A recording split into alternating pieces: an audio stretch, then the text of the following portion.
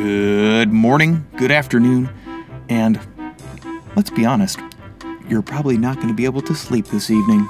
This is the Collector with another Image Collect movie review for Stephen King's It. Now, I don't know about you, everybody, but if you're like me, Stephen King's It holds a very near and dear and, unforgettable place in your heart and in your memory and in your childhood in general.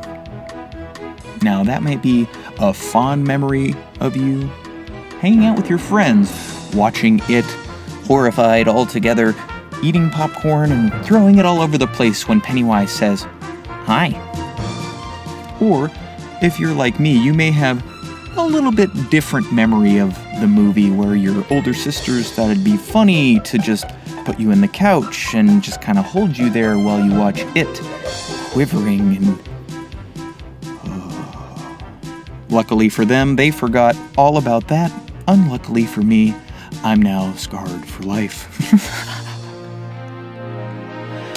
But fortunately, over the years, I have gotten much more appreciation for the character of Pennywise.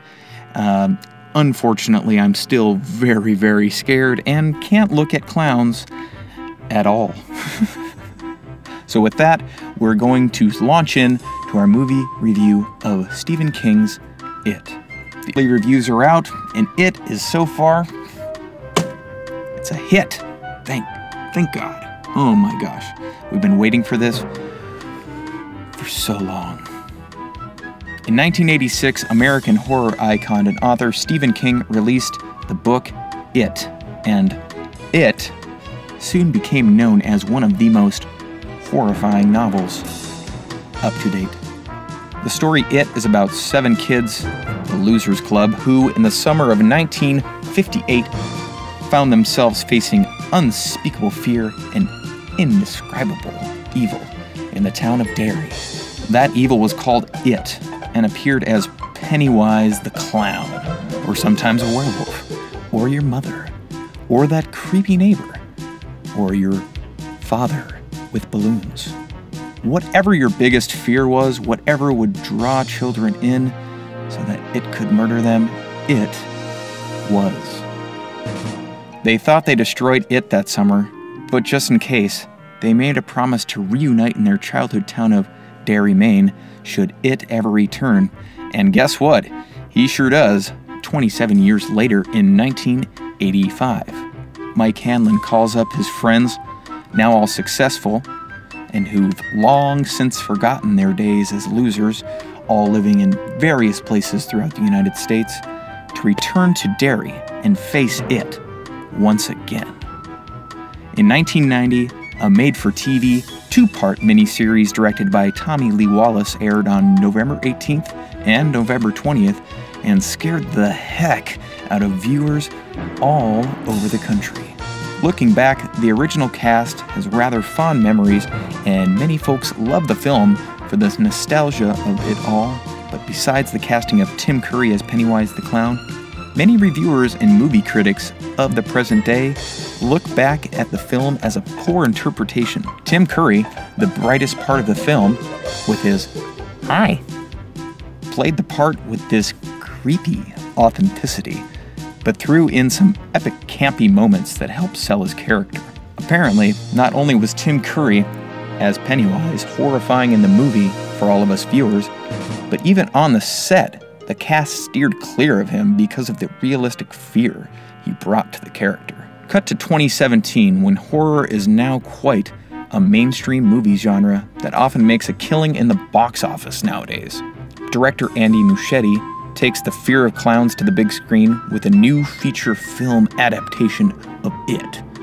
Dark, scary, and sinister, the 2017 adaptation stars Bill Skarsgård as a more archaic-style Pennywise the Clown.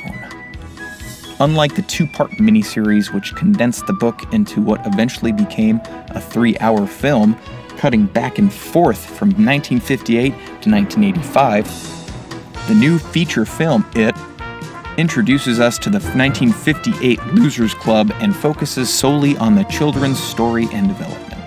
In the 1990 miniseries, stuttering Billy Denbrough, was played by Jonathan Brandis. At the time, he was a wildly crushed upon and successful child actor. But sadly, in 2003, after unsuccessfully being able to transition into adult acting, Jonathan Brandis took his own life. In 2017, Bill is played by Jaden Lieberher.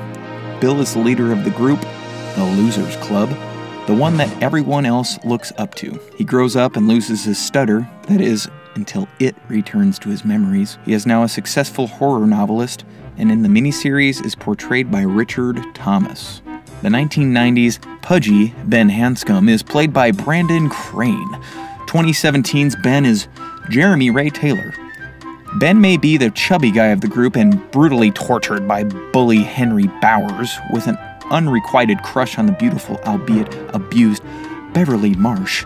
But when they leave Derry, Maine as adults, Beverly Marsh becomes his wife. Score one for the pudgy Ben.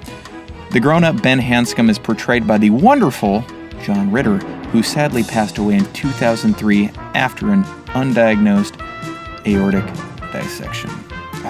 Our thoughts go with you, Mr. John Ritter. We love you. The miniseries Beautiful But Poor Beverly Marsh was played by Emily Perkins. The 2017 Beverly is played by Sophia Lillis. Beverly Marsh grows up, and while she doesn't have the most successful relationships with men, thanks to her father's abuse, she had a successful career in fashion and is portrayed in the miniseries as Annette O'Toole.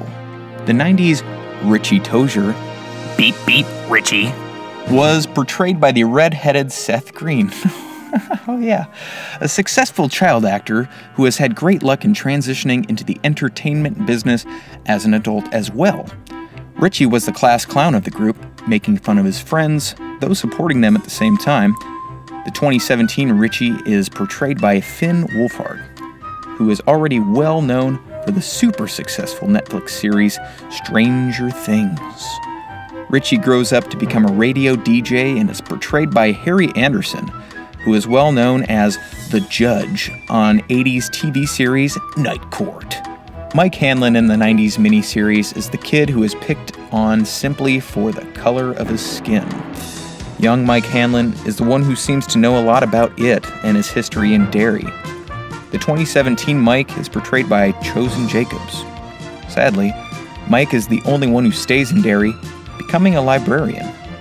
Only he chose to stay to make sure it was gone for good after that fateful summer in 1958. The 1985 miniseries cast Tim Reed, who would later be well known as one of the Mowry twins' father on 90s series Sister Sister. The last member of the Losers Club is Stanley Uris, the ultimate Boy Scout. He was also the only Jewish kid in school and liked bird watching but suffered from OCD, things that tortured him as a child in fear of it. Portrayed by Ben Heller in the miniseries and Wyatt Olaf in the 2017 adaptation, Stan grows up to become a happily married man with a great job as an accountant. He is the only one who never makes it back to Derry, Maine, because when Mike calls him and asks him to return, he takes his own life instead. You might remember it. It's the tub scene. Richard Mazur plays the brief appearance of a grown-up Stan in the 90s miniseries. And, oh, we remember exactly his brief appearance. The Losers Club was not only tortured by it, but they also found themselves tortured by the Bowers Gang, a group of neighborhood bullies who also find themselves forced to face the scary clown. Whew, so many memories. The novel cuts between the 1958 children's story and the 1985 adults story, leading the adults to eventually battle it again in hopes to finally end his reign of terror in Derry. Following the format of the book, the 1990s miniseries chooses mostly to focus on the children in Part 1 and in Part 2 focus on the adults. Fans of both the novel and the miniseries agree that the first half is much more compelling than the second, which is likely why they chose to focus on the children's story for the 2017 film adaptation. With the success that it seems the film adaptation of Stephen King's It is already having, it's not surprising that a sequel is already in the works. But rather than try to recreate a new adaptation of the story of the adults returning to Derry to battle it once again, which, if you remember the miniseries, was a fantastically terrible ending. Giant space spider. It seems the early talks of a sequel will focus on the origins of Pennywise the Clown, and for that you may have to read more of Stephen King's works, including The Dark Tower. But in any case, Bill Skarsgård had some mighty big shoes to fill in donning the clown costume and bringing a new, more sinister Pennywise the Clown to a whole new generation of folks and rekindling the fear of clowns for the old fans. And it seems like he's found his place already in horror history.